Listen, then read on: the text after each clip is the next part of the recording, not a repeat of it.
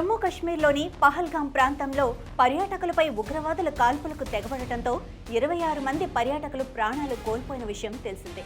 ఈ ఘటనను భారత ప్రభుత్వం సీరియస్గా తీసుకుంది. ఈ ఉగ్రదాడి వెనుక పాకిస్తాన్ హస్తముందని భావిస్తున్న భారత్ ఆ దేశానికి బుద్ధి చెప్పేందుకు సిద్ధమైంది. ఇప్పటికే పాక్తో సింధు నదీ జలాల ఒప్పందం నిలిపివేయనున్నట్లు ప్రకటించిన భారత్ అవసరమైతే యుద్ధానికి సైతం వెనకాడేది లేదన్న సంకేతాలిస్తోంది. మరోవైపు జమ్మూ కశ్మీర్ పరిస్థితులపై అన్ని మిలిటరీ విభాగాల్లో ప్రత్యేక సమావేశాలు నిర్వహిస్తున్నారు. సెలవుపై వెళ్లిన జవాన్లు వెంటనే రిపోర్టు చేయాలని ఉన్నతాధికారులు ఆదేశాలిచ్చారు. ఇలాంటి పరిస్థితుల్లో భారతదేశం ఇప్పటికిప్పుడు పాక్ సరిహద్దుల్లోని ఆ దేశంలోని ఉగ్రవాద శిబిరాలపై దాడులు చేయాల్సి వస్తే భారత రక్షణ శక్తి ఏంటి అన్న అంశంపై అందరిలోనూ ఆసక్తి నెలకొంది. 2019లో బాల్కోట్ వైమానిక దాడుల సమయం కంటే పాకిస్తాన్లోని ఉగ్రవాద మౌలిక సదుపాయాలపై ప్రస్తుతం దాడి చేయడానికి భారతదేశం అన్ని విధాల సమర్థతను కలిగి ఉంది. భారతదేశ వైమానిక శక్తి సామర్థ్యాల్లో వ్యూహాత్మక వనరుల్లో బలోపేతమైంది. భారత వైమానిక దళం ఇప్పుడు SCALP క్షిపణులతో కూడిన రాఫెల్ ఫైటర్ జెట్లను మోహరించింది. ఇవి 300 కిలోమీటర్ల కంటే ఎక్కువ దూరంలో ఉన్న లక్ష్యాలపై గురిపెట్టగలవు.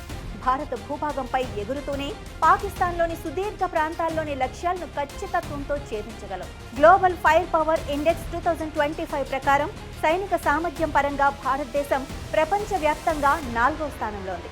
పాకిస్తాన్ 12వ స్థానంకి పడిపోయింది.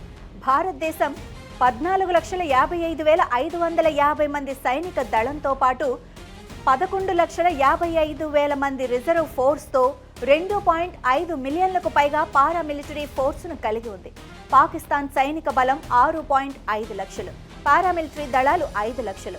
భారత మిలిటరీ భారతదేశ రక్షణకు వెన్నెముకగా నిలుస్తుంది. ముఖ్యంగా భూమిపై ఉండి సరిహద్దుల్లో రక్షణ పరంగా అనేక అధునాతన వ్యవస్థ భారత్ మిలిటరీ భాగంగా ఉంది. వీటిలో ట్యాంకర్లు 4,201, T-90 భీష్మ, అర్జున్ ఇతర ట్యాంకర్లు, సాయుధ వాహనాలు 1,48,050 కంటే ఎక్కువ ఉన్నాయి. ఆర్టిలరీలు 4,204, టోన్డ్ ఆర్టరీలతో తుపాకులు, రాకెట్ ప్రాజెక్టర్లు 1,338 యూనిట్లు, సెల్ఫ్ ప్రొఫైల్డ్ హోవిల్టర్ 100 యూనిట్లు కలిగి ఉన్నాయి. గగనతలంలోనూ ఇండియాదే ఆధిపత్యం. భారత వైమానిక దళం మొత్తం 2,229 విమానాలను కలిగి ఉండగా వాటిలో 513 ఫైటర్ జెట్లు, 899 హెలికాప్టర్లు, 560కి పైగా రవాణా విమానాలు, 6 ఏరియల్ ట్యాంకర్లు ఉన్నాయి. పాకిస్తాన్ విషయానికొస్తే ఆ దేశం మొత్తం విమానాల సంఖ్య 1,399.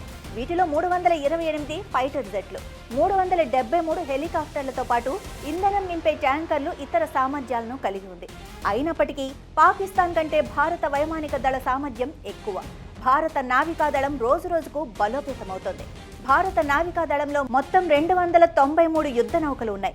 విమాన వాహక నౌకలు 2, NS విక్రమాదిత్య మరియు INS విక్రాంత్, జలాంతర్గాములు 18, డిస్ట్రాయర్లు 13, ఫ్రిగేట్లు 13, కార్వెట్లు 23 కలిగి ఉంది.